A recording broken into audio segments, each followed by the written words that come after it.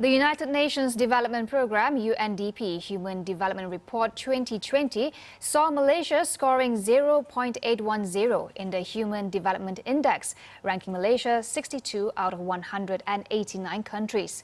We continue our conversation with Niloy Banerjee, resident representative of UNDP for Malaysia, Singapore and Brunei, about what we can do to improve.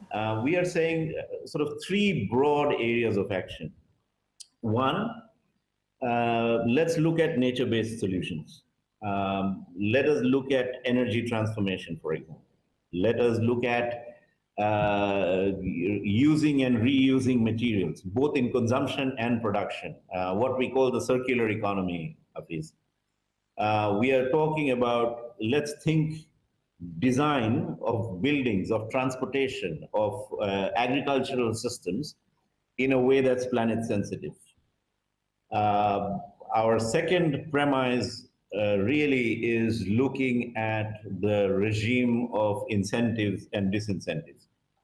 As you know, globally, about $5 trillion US dollars annually is given as fossil fuel subsidies. Now that's a huge concession on carbon, which makes, because it's cheap, therefore, carbon, it's easier to use carbon than to think of alternatives. So we are asking to see a realistic price of carbon, the real price of carbon, rather than a subsidized price of carbon. And this is particularly applicable to Malaysia, which, as you know, just from the petrol pump, from the gas station, the fuel is heavily subsidized in Malaysia. It's probably among the cheapest in the world, and certainly in Asia. So let us price carbon the right way so that we use carbon more responsibly, and we really look to a transformative stage where we move from carbon to renewables. Last but most importantly is the need to change societal norms.